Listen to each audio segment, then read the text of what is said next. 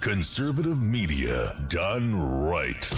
You're listening to the SHR Media Network.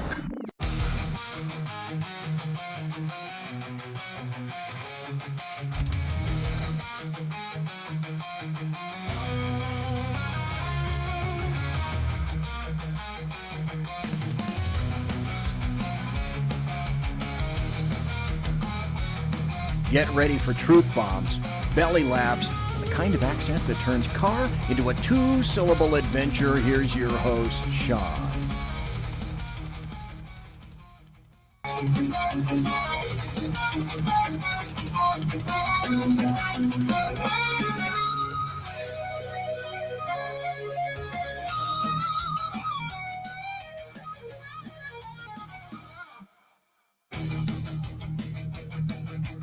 Ladies and gentlemen, welcome to the Edge of Liberty right here on the SHR Media Network.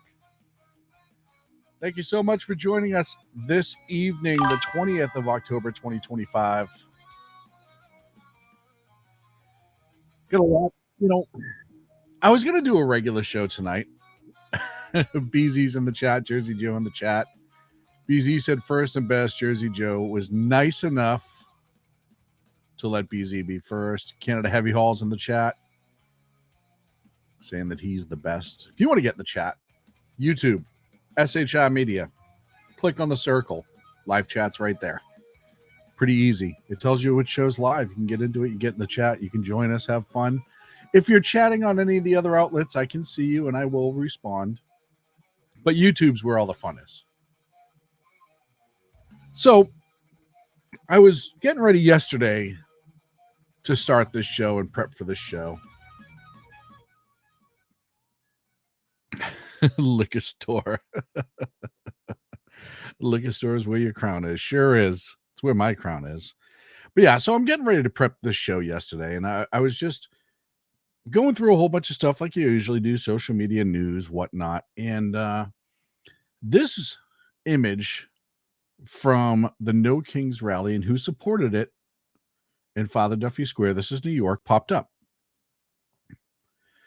Now, why does this image matter? Well, I want to show you a couple people who are the sponsors for these events, okay? Because it's important where the money is and where the money is coming from. You see right here, that's the one that's circled, that's the Communist Party of the United States of America. Then you go over to the right, and you have the Freedom Socialist Party.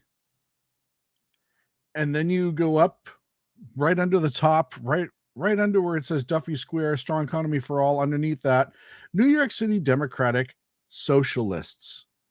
You have the Progressive Party. You have, there's another one in there somewhere too. There's another Socialist Party in there somewhere. Either way, I think a few communists and socialists are more than enough. So I saw that and I started saying, I think it's a good time that we actually revisit what communism is, where it came from, and why are we to the point in this country that it's becoming acceptable again.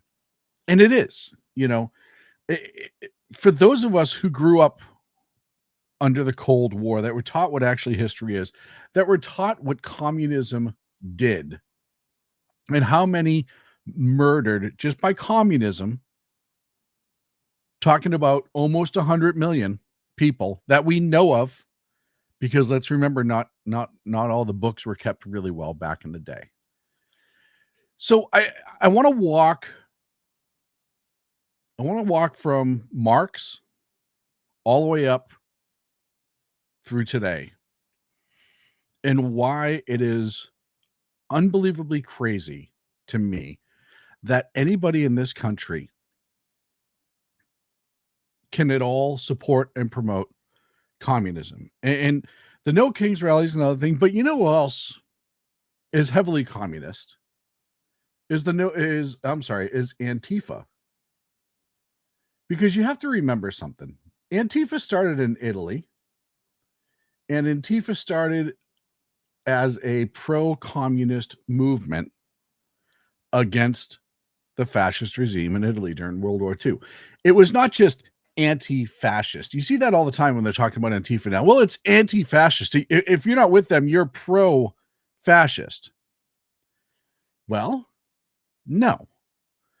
I can be anti-fascist and not like fascists, which I do not, and also not support communism, which has killed over 100 million people. Those two can exist at the same time. But if you do your research and you go through Antifa back in the day, Antifa started as a pro-communist movement. And now, as we move forward and you see all of these groups marching with Antifa, look at their patches, right? They have the hammer and sickle everywhere. It's in their ideological DNA. 1920s, I'm sorry, it started. They were communist. It started in the 20s is when it actually got underway. They were even in Germany in the 30s. Post World War II, they were all over Europe. They were influenced by the Soviet-aligned governments. And then now we see Antifa in modern day. Another term I kind of want you to familiarize yourself with, and there's a couple different ways of pronouncing it. So if I get it wrong, you will excuse me. It's taqiyya. And that is a Islam word. In other words, it means to hide your true intentions and to hide your religion.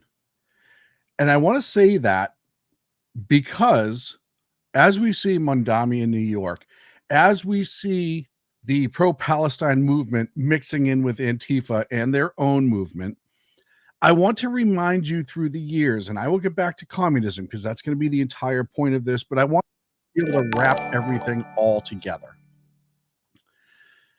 I want to remind you in the years that Muslim-run countries and Islamist-run countries had no problem associating with Hitler. Even though they had vastly different views on the world, they had no problem even with communists at different times. They fought against communists, but they also were on the side of communism at times as well. You look at Iran's relationship with China, a communist nation right now, right? Hey, Mike's in the chat. Good evening, Mike. And the list goes on and on. So I just want you to keep those in your head, right? You had the Grand Mufti of Jerusalem associate with the Nazis, the Bosnian Muslim volunteers with the Nazis and the Waffen SS, some Islamists, and were with Italy, Sudan. It goes on and on and on. Mike, thank you so very much for the donation, Mike, in the chat. I really appreciate that, sir. Thank you so much. Unbelievable and very, very generous of you. So I want you to keep all of those things in mind as the bulk of this conversation is communism, as to how those things kind of fit in and why it's important today, right? So let me get back to my notes on communism so I can start you in the right place because, you know, I try to do such things. And here we are. So 1848 to 1870s is when Marx really started to hone in on what communism is. He outlined everything that he thought communism should be. He started to write it. And essentially it was the people control the means. That's the theory.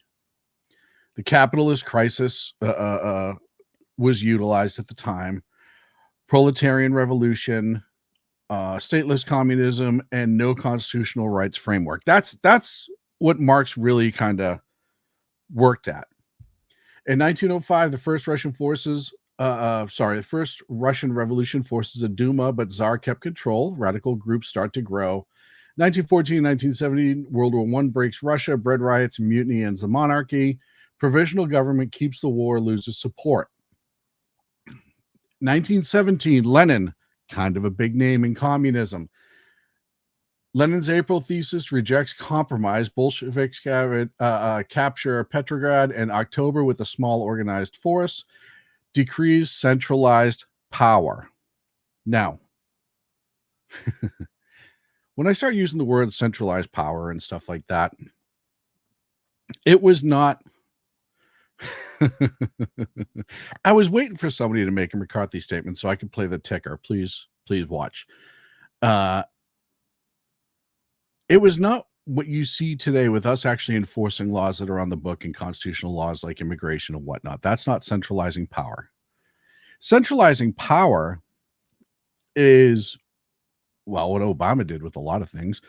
Obamacare to start, that's centralizing power. The federal government now being in charge of your health is a huge centralization of government, right? Loading up all of the, using and loading up all of the federal agencies to go after political parties is a centralization of government. It goes on and on. Civil war takes place in Russia. Communism opposes grain seizures, nationalization of political terror, famine, and economic collapse follow. They seized the means of production and food. And all of a sudden, as expected, everything fell to shit. Partially restores markets under party rule. Lenin bans factions inside the party, cements one-party monopoly until he dies in 1924. One-party monopoly. When you completely remove any opposition and the party that you approve of and the party that is in charge is completely unchecked. And you don't have a right to try to form a party and check that. I know when people say, oh, you know, Trump and they have the whole, the House and the Senate and the executive, plenty have. But you still have a right to create a party to go up against them. That's the difference. Nobody's stopping anybody in this country from starting a third party, starting a fourth party, a fifth party. In fact, they're all out there. The Green Party, all of them, right? You were not allowed to try to start those parties back then. That's a humongous difference right there. Going to the 20s, Stalin, guy with the mustache, comes in. Another guy with the mustache that loved to murder people. Mustaches. Oof. 1924, 1929, Stalin accumulates power through party apparatus, isolates the rivals. In other words, within his party, he's getting rid of people so he can maintain power. Stalin did this right up till he died. Anybody he deemed was a threat was eventually killed. Great Purge eliminates all the old Bolsheviks, generals, and intellectuals, and they expand the Gulag. Kiwi Ass, joining us from all the way around the other side of the world. Thank you so much for showing up this evening, ma'am. In 1939, the USSR signs a pact with Nazi Germany. Then after invasion, emerges as a superpower. 1945, 1953, satellite regimes installed across Europe, post-World War II. Model replicated, one-party rule, planned economy, security police, suppression of opposition. And again, when they set up all of these other countries, it was the Soviet Union that was in charge. All of them were puppet governments. All of them were. None of them operated independently. Some had more autonomous actions and ability, but reality is the Soviet Union ruled them all. 1953, Khrushchev starts the de-Stalinization rhetoric without real pluralism. Some people were smart enough to know, hey, we got to include a couple more people if we want to stay in power, because eventually it's going to fall to shit. And then we go through it. Not a lot changed. You know, obviously we have the Cold War. There's the space race. There's the Soviet Union just murdering people left and right whenever they felt like it, spying, et cetera, et cetera, et cetera. But then we get to 1989, 1991, where the communist regime, after murdering potentially 100 million people, bread lines, starvation, constant poverty, people freezing to death, no political change whatsoever. Nobody was allowed to speak out against the Kremlin and whichever one was in charge. Absolute horrific way to live, which is why you see so many Soviet Union survivors who move here and throw out warnings. It's why you see Lily Tang Williams come over from communist China, go out here and give out warnings. And then because we've lost academia to the hippies, who were also very pro-communist back in the day, and you look at the generalization of how they've dumbed down what true communism is. One party rule. You get what you're given. You're not allowed to make anymore. And if you do, the government takes it. If you create this amazing invention that in this country would make you and your family rich beyond your wildest dreams, the country takes that. They have ownership over that. You no longer have ownership. You're still waiting 10 years for a car. You're still waiting 8 years for a plumber. Everything you do has to be approved by the government, and I mean fucking everything, down to including the days that you get to go shopping and what you get to shop for and feed your family with. If your farm makes a little bit extra, no, you don't get to keep that. That goes to the government, and they decide where that goes, which back in the day was predominantly military under the Soviet Union. China's a little bit different now. China has its own brand of communism where they figured out how to maximize a capitalistic view that's not really capitalism, because at the end of the day, the government can go in and take whatever business they want and own it. But they allow people freedom to make a product, to grow it. If you're a chosen one, you get the money from it. If you're not the chosen one, you don't get the money from it. And they also have learned how to use their economy to attack other countries without ever, as we've seen before here in this country, without ever firing a shot. They do it by stealing ideas, stealing plans. Corporate espionage is huge with the Chinese. They make things cheaper because they have 8-year-olds making them in factories in which companies like Nike's and other just use like it's nothing. Child labor is very real there. Labor camps are still very real there, much like the Soviet Union. People get disappeared there for no reason whatsoever. The only difference between North Korea and communist China is the amount of money that communist China makes. Hands down, no questions asked. And they don't make it cleanly. And remind you, they're so communist in China that they were opening police stations in America to spy on Chinese people that are living in America, to hold them accountable and their family accountable back in the day, or back in the country. So if you're here and you're doing something, if you're a Chinese citizen or you have family back home and you work here and you're doing something that the Chinese Communist Party doesn't approve of, that police station was spying on you. It did happen in Canada too. Yes, sir, Canada Heavy Haul, it most certainly did. And then if you have relatives back in China, they were being held, quote unquote, responsible for your actions if you were doing anything that was anti-party, anti-Chinese that they didn't approve of. They talk about finding those secret police stations, but they don't talk about what they were doing. You also have to remember, what was it, a month ago, they found that huge data bank in New York near the UN that could have taken down communications completely in the area. That's back to China too. So that's what communism is. The government gets everything that they want. The people get nothing unless they're given scraps from the government. You cannot vote a change. And depending on the leader, if you try to even oppose them, you get unalived. Look at what happens in North Korea. I remember talking about this, and this was national news probably 10 years ago, where Kim Jong-un did not like an uncle that was it's so hard to know what level of military guy they really are in North Korea, because anybody in the inner circle has 45,000 medals on them, and they have bars and this and that. But he had an uncle who was in the North Korean military who must have said something, I don't know, about his weight. Who knows?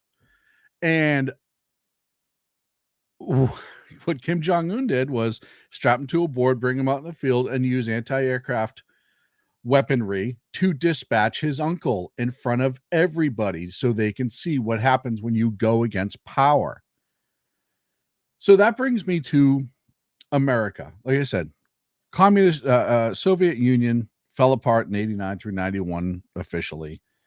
The communist China, if you watch people that follow their economy, they're not doing as well as you think. They do a really good job of hiding it. There's some other ones, Vietnam, all those other communist states. Venezuela, it's another one. It's socialist technically, but it's communist. They use force to keep people in line, blah, blah, blah, blah, blah. Same ideas, same approach to everything. And if you oppose, they murder you. But the people in Venezuela, one of the most oil-rich countries in the world, are killing rats in the street to this day to feed their families. Venezuela, if it was run properly, should honestly be like Dubai and some of those other cities. That everybody would have so much freaking money in that state, in that country, that they could live really, really well. But the leadership, like every other communist socialist government, chooses to hold on to that wealth for themselves and bolster themselves and their friends and the chosen ones, so to speak, while the regular people suffer. This is socialism. This is communism. And I know, Sean, we just haven't done it right yet. I don't know who said it, and I didn't pull up the quote, but it always sticks in my head. Somebody said, socialism's great in theory, not until you run out of other people's money. That's true too. And I know Margaret Thatcher said that. But this was a friend of mine who said, socialism's great in theory. The theory that everybody contributed equally and everybody got taken care of equally and nobody ever had to suffer is a great theory. Yes, that is a wonderful theory. It's not realistic at all, because people, as we see, even the people in this country who are getting food stamps that don't want to do the bare minimum to maintain it are now threatening to rob and steal food and rob people who have food. This is what happens when people don't want to do their fair share. And it's very, very simple for people to stop wanting to do their fair share, and it happens all the time. So yes, it's great in theory, but it's never going to be good in reality, because as soon as one person says, yeah, I'm not doing that shit, and then somebody else says, yeah, me neither, it all falls apart. It all falls apart. Then you get to the point where you get to Margaret Thatcher's quote of communist great till you run out of other people's money. Because then what you have to start doing there is start taking whatever wealth is there to help support the people that aren't working, and you tax the shit out of them, and you just take that money and take that money. Eventually, like the Soviet Union found out, you run out. Cosmic Bard says, even robots cannot fully exist in communism. There'll always be a ghost in the machine. Yes, sir. James Harbin, CCP land ownership right next to Fort Carson, the San Francisco SF base, Colorado. Surveillance. Yeah. Mike, the fact that we're allowing Chinese nationals to own land in America, especially near military bases, is absolutely batshit crazy to me. Let's see. Canada Heavy Haul said, you should go down the rabbit hole about how China is overinflating its population numbers. Crazy stuff. I mean, I'm not I'm not a conspiracy theory. Yes, Canada Heavy Haul, Gordon Chang is great. If you don't follow him on social media, he's unbelievable. He knows China inside and out. Of course, our friend Lily Tang Williams has taught us a bunch of stuff about China. China exaggerates everything. China exaggerates all of their numbers. They exaggerate their dollar. They manipulate their dollar every day to suit their needs. They exaggerate their wealth. They exaggerate their abilities. They exaggerate their military weapons. They exaggerate everything. It is much like Russia is. Russia, I know I said it. Before I get called out in the chat room for the accent tonight, I said it. Russia. But they're much like Russia is today, where everything is overinflated. Their abilities are overinflated, yada, yada, yada, because they have to pretend to be the strong man. Because if they don't pretend to be the strong man, somebody's going to stand up and say, hey, we're suffering here. What the hell's going on? And then all of a sudden, they have problems internally. So you go through this and you talk about the bread lines, you talk about all of that stuff. And a lot of this stuff was found from bread lines to party lines, how the Bolsheviks took Russia, Lenin's vanguard, Stalin's completion of communism after Russia, same blueprint. Those are my citations for people who want to know. So then I want to get you to 1963. I'm going to bring you back just a little bit because there was an incredible list that was put out by Representative A.S. Herlong from Florida. We talked about this back on Sackheads years ago, and I think every once in a while we need to revisit it. And it's the current constitutional goals. This was from 1963 on how to undo America. Here it is right here. This is it in writing. This is the official PDF right there, but I'm going to read it to you. I'll leave that up if you want to peruse it. Number 1, and this was from the Congressional Record, U.S. acceptance of coexistence as the only alternative to atomic war. Where's that shown up a bunch of times in history? I think we can all see it. Number 2, U.S. willing to capitulate rather than engage in atomic war. Number 3, develop an illusion that a total disarmament by the United States would demonstrate moral strength. Number 4, permit free trade between all nations regardless of communist affiliation or potential war use. That's a big one. That is a huge one. I'm going to read that one again. Permit free trade between all nations regardless of communist affiliation or potential war use. You look at some of these countries that we trade with, up to and including Vietnam and China, and when it started, this played right into their hands. And I know a lot of people say, well, Sean, the Soviet Union died, so this idea or this list is no longer good. No, there are people that still carry the torch. That's my point. Look at Francis Fox Piven, Cloward, that whole, Rules for Radical, yada, yada, yada. All of those people, by the way, who have influenced all of the instructors that are in academia today that are influencing these young kids that you see at these Antifa protests and rallies, these No Kings rallies, right? That's who they are. This is the generation that they hailed from.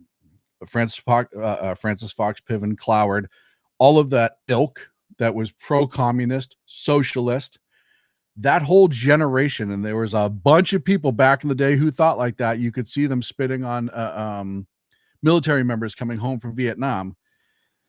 They then ended up the professors in your Ivy League type schools in the 80s and 90s, and they're raising the generation who is teaching now. People my age who are teaching people in their young 20s. This is the ideology. That is where it started. That is when academia fell off the rails and started actually getting rid of critical thinking, pushing in indoctrination, making everything about emotion and revisionist history. That's an entirely different show. I don't have the time to get into it, but we all see it today. You've seen the videos coming out of these classrooms. You've seen what these kids are learning. You see the courses that they're trying to take in, lesbian interpretive dance, underwater basket weaving, and knitting for mosquitoes. And then they're wondering why they can't get a job to pay off their loans, yada, yada, yada. That was all done intentionally, by the way. That was all done intentionally. Where was I? Extend long-term loans to Russia and satellites, which we did. Provide American aid to all nations regardless of communist domination. How many countries did we learn with USAID that we were dumping money into no matter how shitty the government was of that country? Provide, grant recognition and UN admission to Red China. Who's in the fucking UN? China. Divide East and West Germany as separate states, despite promising for free elections, which the communists did for years. Prolong atomic test bans negotiations to keep the U.S. testing suspended. Yeah, okay. I'm just trying to get stuff that's still relevant. I mean, that stuff is relevant, but it's the UN holding us accountable now instead of the Soviet. Allow Soviet satellites individual representation in the UN, which they did. Promote the UN as the only hope for mankind. Rewrite its charter into a one world government with its own armed forces. Ladies and gentlemen, if you have not looked at the UN in the last 20 years, you will realize that this has been accomplished. The UN, and you have the World Economic Forum and all the other ones pushing for this one world government, no borders, people can freely migrate. Look at the EU. Look at what the EU is. It is literally movement towards a one world government. Because, oh yeah, you're autonomous and we're autonomous, whatever, but there's no real difference between us. We're all just vibing, man. Well, they're not vibing so much anymore. Resist any attempt to outlaw the Communist Party. I repeat, resist any attempt to outlaw the Communist Party. Yeah. Something that we should have held on to in this country. I don't care. Call me McCarthyism, call me whatever you want. Something that we should have held on to in this country. Do away with all loyalty oaths for people working for the government. So instead, what happens is they still do all these loyalty oaths, just nobody's ever held accountable with them whatsoever, ever, no questions asked. It doesn't matter what they raise their hand and swear to, they're never held accountable. And everybody, with the exception of a few of us, seem to be okay with that. Like it's a totally acceptable thing. Continue giving Russia access to the U.S. Patent Office. That did continue. Capture one or both political parties in the United States. Number 15, capture one or both political parties in the United States. Democratic socialism. Democratic socialism. You look at all the communist groups that are on the left now that are supporting leaders. You have leaders calling themselves democratic socialists. It's all fucking communism, folks. It is all communism. You can stick a rose in a pig's ass, but it's still a pig's ass. It's all communism.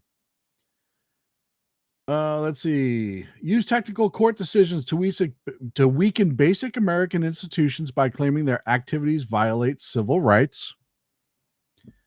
Up until this current court, how many times did we see that, especially under the Obama administration? Gain control of the schools. Use them as a transmission belts for socialism and communism propaganda. Soften curriculum. Control teachers' associations. Put the party lines in textbooks. Ladies and gentlemen, this was from 1963. You look at your teachers' unions today. You look at what's being taught. I look at my child's homework all the time, and I can't believe how dumbed down it is, how they lack any critical thinking skills being involved in the problem solving. It is just completely the easiest way to find the answer, and a lot of things is go to the internet. It'll tell you. The teachers' union in this country, Randy Weigarten and their ilk, and this is an attack on good teachers in this country. I want to be very, very clear on that. I am separating the two because there are absolutely great teachers out there still, and you have my support and my applause. But the teachers' union and a lot of teachers in this country teach ideology first and everything else if they get to it after the fact. Let's go. Number 18, gain control over student newspapers. Use student riots to foment public protest against programs or organizations under communist attack. I just want to kind of roll that again. Use student riots to foment public protest against programs or organizations under communist attack. Ugh. What did we see last year? This past summer on just about every college campus. Infiltrate the press, gain control of book review assignments, editorial running, and policy-making positions. Infiltrate the press. It's funny because the press willingly gave themselves up to the communists and the leftists years ago. There's no question. And people also forget, under Obama, he was trying to stick FCC watchdogs in every single newsroom in the country, and it was stopped, but he tried. You student right? I'm sorry, I already read that one. Gain control of key positions in radio, TV, and motion pictures. It kind of goes through the same. Discredit American culture by degrading all forms of artistic expression. Replace beauty with meaningless, chaotic art. This one, every single freaking time I watch them pull down statues of founders, and then what they've replaced them with these absolutely horrific oblong metallic, no real flair. And they're doing it. I mean, you saw it in New York City, you saw it in Boston, you've seen it all over the place, where they're just absolutely getting rid of our culture step by step. Control art critics and museum directors to promote ugliness and confusion. Eliminate laws governing obscenity by calling them censorship and a violation of free speech. You can go back into the 80s and the court cases with porn, okay. But also in states like California, this extends because it's legal in a lot of cities in California to walk around naked.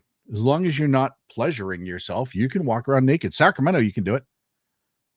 As long as you're not doing it for sexual gratification is like the key.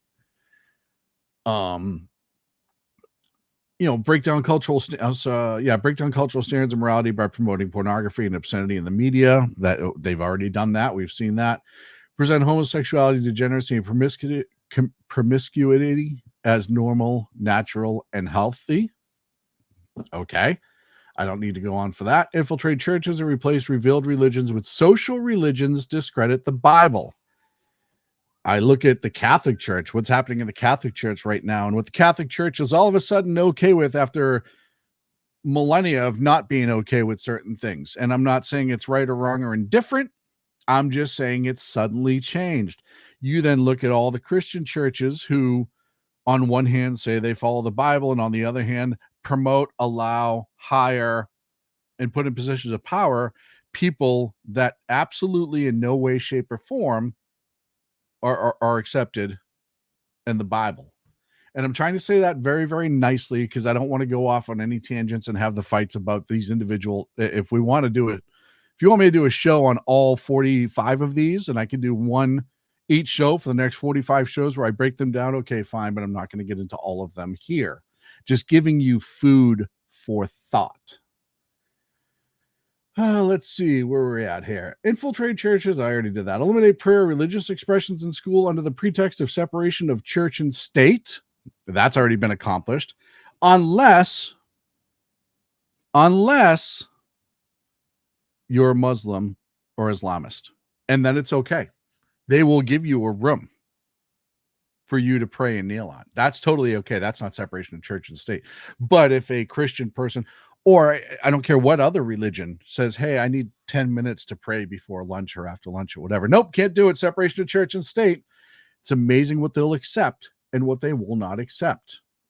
Discredit the U.S. Constitution by calling it outdated and a hindrance to world cooperation. We heard under Obama for years, it's a living, breathing document. Destroying the Constitution was the goal and still is the goal. They're just having a hard time doing it because people keep voting against their chances to do it. Plain and simple. Every single time it gets really bad, they vote the other way quickly. And then there is almost like how they forgot what communism is.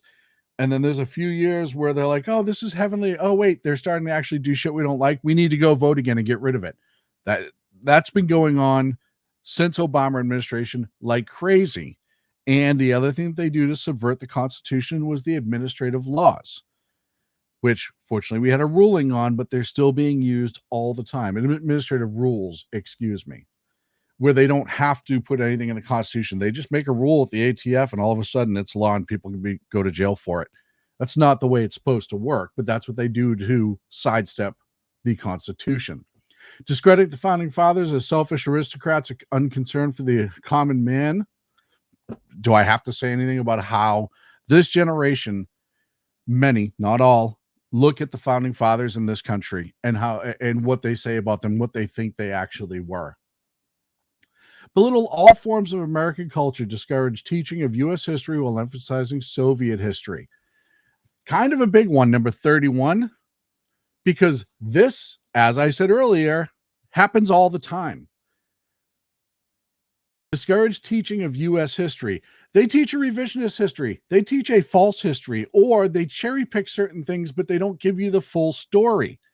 Most kids in this country think that Europeans just floated into Africa, plucked people off the beach, and then went and sold them, and that's how the triangle trade started. No, there were Africans in Africa who were capturing slaves, and I'm not saying that makes it right, and selling them to the Europeans. They want to think that the Europeans just showed up on the shore and just steamrolled the entire Native American nations and flattened it and took it over. No, a lot of those nations were our partners. A lot of those nations had already steamrolled other quote unquote Indian nations. And that history is not as it is taught today, which is why Columbus Day has been changed with Indigenous People Day. Because you can't have two things be true. You can't celebrate indigenous people and a sailor. Gosh, we got to get rid of the sailor because he's white. You see that more and more as a nation. It's unbelievable to me that when I first read this 10 years ago, we were in the stages of beginning of some of these, like that one specifically, and now the left is so wrapped into this ideology that it's just, how can you not call them communist? This was part of the communist goals.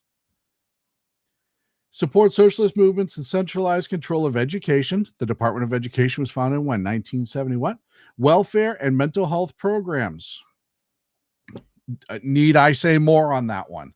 Eliminate laws and procedures interfering with communist operations. Once again, legalizing communism, which it used to not be in this country. Eliminate the House Committee on Un-American Activities.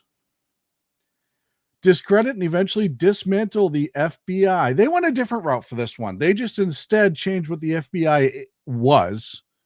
And look, the FBI under J. Edgar Hoover is bad. The FBI's had some serious issues, no doubt about it. But by and large, the FBI, through the majority of its history, tried to do a decent job, I think, in my opinion. But instead, what they did is they just put everybody in there who hated the FBI, hated what it was supposed to do, and then turned it into this political machine to go after what they thought was un-American or pro-American, I should say, essentially. Infiltrate and gain controls over unions. That's already done, handled, and slam dunked. Infiltrate and gain controls of big business. How many companies that operate here in America are owned overseas by people, I don't know, like George Soros, that are shitbags that hate this country? It's not hard to figure out. You look through these 45 topics and you start looking through our recent history, and it's frightening. It is absolutely frightening. Transfer some police powers to social agencies. Redefine crime as psychological issues only psychiatrists can treat. This was written in 1963. What do we see now? We need social workers with the police. Mondami wants social workers to be responding to calls instead of the police. Nobody gets held accountable. Everything's a psychological issue. It doesn't matter what you do. Look at North Carolina. That's the first thing that came out when that guy stabbed that poor gal on the train, the Ukrainian immigrant. Well, he had psychological issues. Okay. I'll make sure I tell the electric chair that. It doesn't excuse. I don't care. It doesn't excuse. If it's a treatable one, we'll deal with it. It's just part of the case, but it's not it should not ever be the total defense of a case. But redefine crime as a psychological issue only psychiatrists can treat. You look at how many big cities with high crime areas are we told that it's because people they're too upset to control themselves, and there's the stress of life, and you don't understand what it's like to live where they are, and blah, blah. They give all of these reasons of depression, anxiety, and pills and all this other stuff as the okay for these crimes to be committed. I should change that to the second page so if people want to keep reviewing that. There we go. Dominate psychiatry and use mental health laws for coercive control of opponents.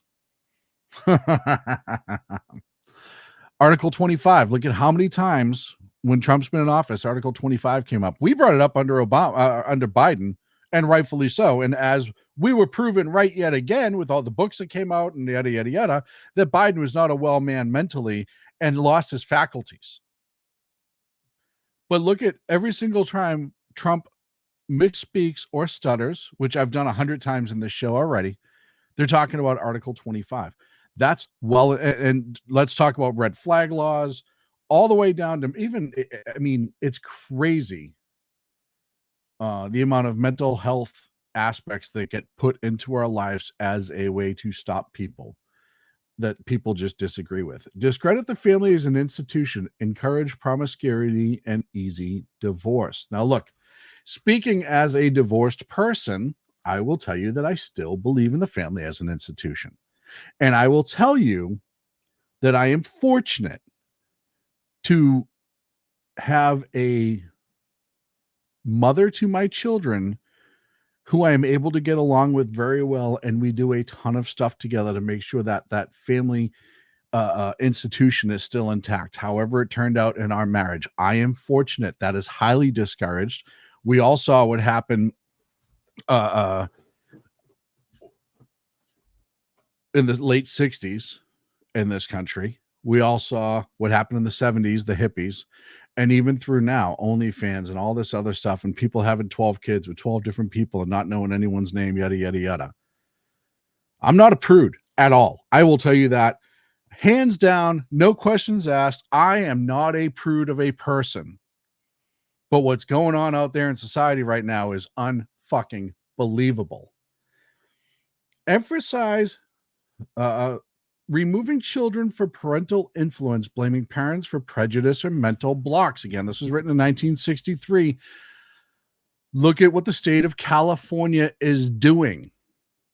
When they put themselves between the child and the parent, there was the trans law that was signed in over the summer where teachers are now allowed to bring children to get different treatments and this, that, and the other thing, and they don't have to tell the parents.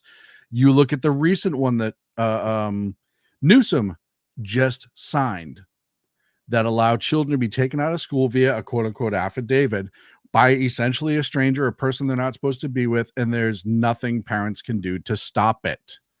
They are 110% removing children from parental influence.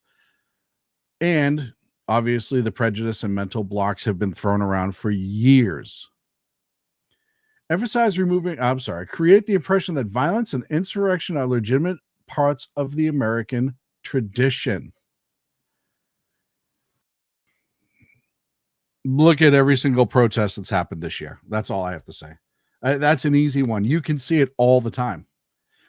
Overthrow colonial governments before native populations are ready for self-rule. Internationalize the Panama Canal. Why do you think Trump's trying really hard to get the Panama Canal under control yet again? And number 45, repeal the colony reservation so the World Court can take jurisdiction over nations and individuals. I don't know if you heard the story, but essentially the UN's trying to do a tax on American citizens. It's not going to fly, but the fact that they're even trying, it's insane. The Hague is just a big do nothing court. They talk about it as being, that's where Jack Smith spent their time. They talk about it being as this super duper important thing that has all this power, blah, blah, blah. They don't do shit. They don't have the power to do shit. Nobody from the Hague can come into this country and start arresting people. Neither can the UN, but they want you to believe that they can. They want to keep giving them power and telling you that they can do just that. So, and I know I only got 13 minutes left. And there's so much more that I wanted to talk about. So that's the communist goals back in 1963. How relevant? In chat, in comments, you can reach out to me on X at 2 Against Tyranny. How relevant are those 45 points today? How scary is it? How frightening is it? How many have been accomplished? Sorry. So I have a mute button under here, and every once in a while I'll move my foot and accidentally click it. And there's no audio tone in my ear. I have to hear the click of the actual actuator and the device. So if I don't hear that, I don't realize I clicked it. Not that you needed to know that, but here we are. So you get back to communism and how garbage fucking awful communism is and communists are. And I know not every person in China is a devout communist. A lot of them do it because it's either that or die. I totally get that. But the ones that are in power and the ones that will take order and murder innocent people, just like we saw the Russians, just like we saw in North Korea, I think those people are true communists, and I don't believe that communists are human. I really don't. And the more you look into the history, the more you realize that they did not value human life. They valued power and control, and that is it. They never wanted people to get ahead. What they wanted to do is turn people into those pods like in the Matrix, where they just fed the machine through their bodies. And that's all it was. You will have nothing, and you will be happy. You will gain nothing, and you will be happy. And if you have the wrong think in your brain and you accidentally say it out loud and the wrong person sees it or hears it, well, then you're going to go to the gulag. Every country has its gulag. Communist countries just happen to make them more horrific. You look at West Germany and the Stasi in West Germany. You look at, the list goes on and on. Look at Venezuela right now. It's under the same type of thing. Look, the left with the NSA under Obama was trying to do that here. And yeah, I know they still listen to everything and still see everything, but they were doing that for a reason. They unleashed the IRS under Lois Lerner onto conservative groups.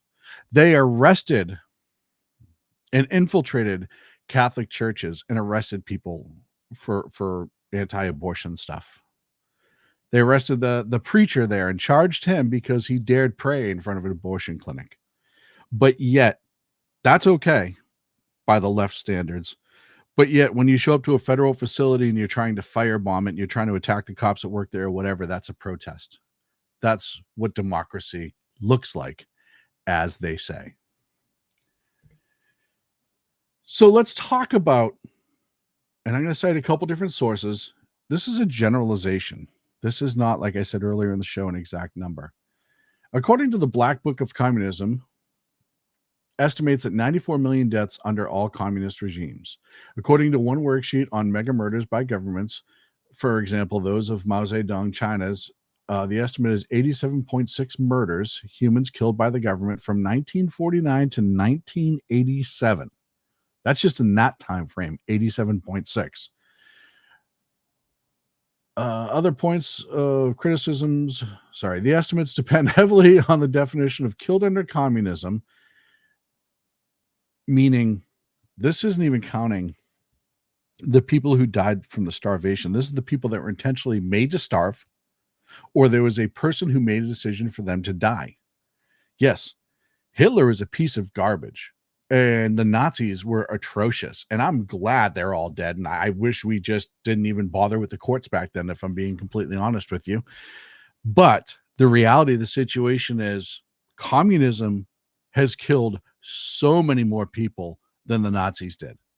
And they targeted specific groups. I talked about Antifa. I talked about Islam earlier. Islam has killed and are killing. Go look at Africa right now. Millions of people that disagreed with them for not being Islamic and for trying to control them. ISIS, Al-Qaeda, the list goes on and on and on. These Islamist groups. Look at what Hamas did right after the peace treaty. They turned around and attacked anybody and murdered anybody in the street who they thought worked with the Israelis or gave information. Okay. This is what they keep trying to bring into this country. Now, I saw, obviously, I'm talking about New York right now with Mondami, who is a very special mix of socialist, communism, Islamist, in my opinion. I mean, you look at some of the things that he said about the Intifada and how he supports it, and some of the things he hasn't said as well. You look at his statement on October 7th anniversary, when two lines of it were, gosh, this was really shouldn't have happened against Israel. And then the next four paragraphs were why Israel sucks for being a victim of a terrorist attack. And then you look at what he's promising or trying to promise. It's very socialist communism. He's trying to open up the city liquor stores. God, I'm already thinking about a drink and I still have 5 minutes left. 7 minutes left. He wants to open up the city grocery stores, even though it's failed in other cities. I think Kansas City or St. Louis, one of those two, tried to and they failed. He wants to start taxing the white population, essentially, which is the higher incomes on a ridiculous level. What's that going to do? That's going to force everybody who's higher income in New York City out of the state. They're going to disappear. They're going to run. It's what we saw in California. Except the difference is, while New York State is very big and has a high population, the majority of it is in the New York City area itself, in the boroughs of New York City, Staten Island and whatnot. Excuse me. When they leave, the tax income is going to drop exponentially. It's going to run out of money really quick. There's no way that it can't happen. He's talking about freezing rents. Wait a minute. It's a privately owned house. How? And I know, like, rent control has always been crazy to me. Like, hey, if I have a house and I want to rent it for $4 million a month and somebody actually wants to pay me that rent, great. If they don't want to pay me a rent, well, maybe I'll be forced to lower it and lower it some more and lower it some more until it's a reasonable amount. Nope. Rent control wants to freeze it, hold landlords more accountable, take more money out of pockets, and the list goes on and on and on. And why does a person like Mondami rise to this level where I know the latest AAA poll came out and said that he and Cuomo were actually neck and neck with plus minus of 4%, and they were within 3 points of each other. So I don't know if he's going to actually pull it off now. There's still a high chance he will. We'll see. How does a person like that come to prominence in a city like New York, where 9/11 literally happened in New York? I mean, it happened in the Pentagon. It also happened in Shanksville. But the biggest damage was done in New York, and the motivation behind that. How does a person like Mondami, who's never worked a real job in their life, who hates this country, who hates Jewish people, how does he come to prominence in a place like New York? Well, I bring you back to the list. When we talk about education, we talk about not teaching history, we talk about revisionist histories. That's how. You've made the youth pro-communist, weak-minded, and lacking critical thinking by and large. And you've told them they're all victims all the time.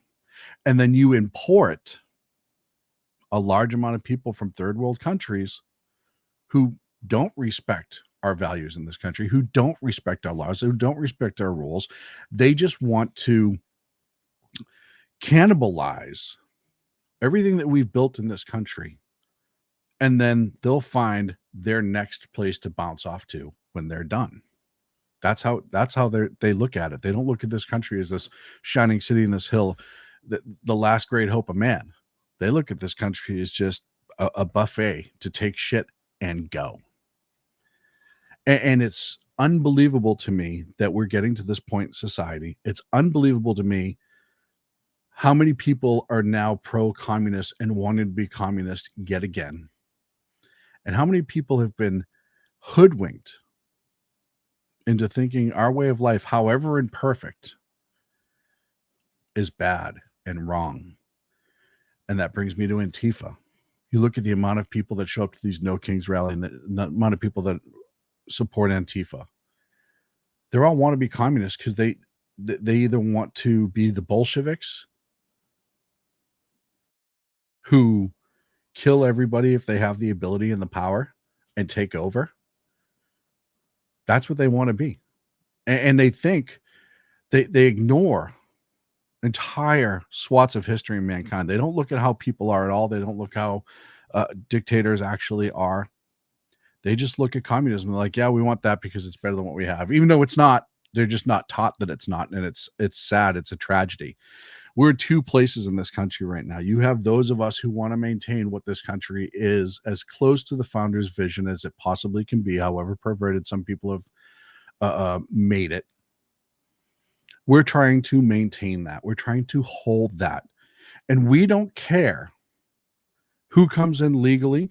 We don't care what your paint job is, by and large, as long as you're not hurting anybody, we don't care about what your religion is, too. Now, if you believe that your religion is supposed to roll over all the world and take over the entire world, and the whole world's supposed to be your religion, yeah, we get no time for you in this country. But if you just go to your place of worship on whatever day you go and then come home and you assimilate with everything else, okay, nobody really cares. Same thing, paint job, don't really care. Some of the greatest people in this country have come here legally. Some of the greatest people in this country are immigrants. Successful. Look at Elon Musk. He's an immigrant. Yeah, he came from a well-to-do family, but he's still an immigrant.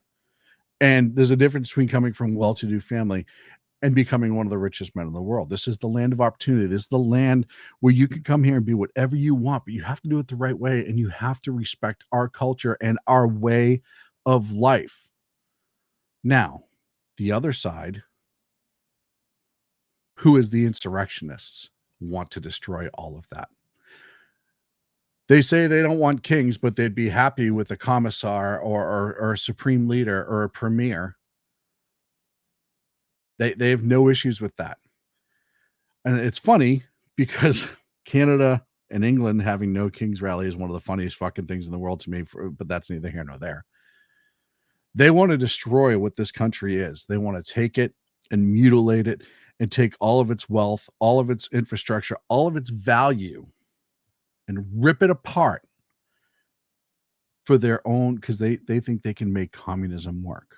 Which, I'll tell you right now, if you instituted communism tomorrow, it'd last a couple of years because we have such infrastructure here and such a build here, but it wouldn't last forever. So when you see these No Kings rally, when you see Antifa, I want you to go back and I want you to think about those 45 lists of the communist objective and what they were trying to do and how that is put into place today and how many of those things are here today. And then I want you to think about how many people have died under communism through the years. And I want you to think about who's running in different places of this country and what they're running on and what they're calling themselves: Democratic Socialists, Socialists, Communist Party of America, blah, blah, blah, blah, blah. And I want you to ask yourself, who really in this country wants you to be successful, and who in this country wants to devour everybody else's success for their own? Folks, that's it for me. Please check me out every Monday and Wednesday, 8 p.m. Pacific, 11 on the East Coast, right here in the SHR Media Network. Tuesday and Thursday mornings, you have Big E with Mission Ready Men. Happy anniversary, Big E. And that's going to be at 9 a.m. Pacific, 12 on the East Coast. Tuesday and Thursday nights, you have BZ's Berserk Bobcat Saloon, 8 p.m. Pacific, 11 on the East Coast. Monday and Friday, 6 p.m. Pacific, 9 on the East Coast. You have Reaver Common Sense with Jersey Joe. And on Sunday at 5 p.m., The Lost Wanderer. His show is on our YouTube, and it is fantastic. Please check it out. Special thanks to our friends over at KLRN Radio. If you have a chance, please check them out. They are wonderful people, and they have some great shows. Please please subscribe to wherever you are watching this from, and I will see you on Wednesday. Good night, everybody.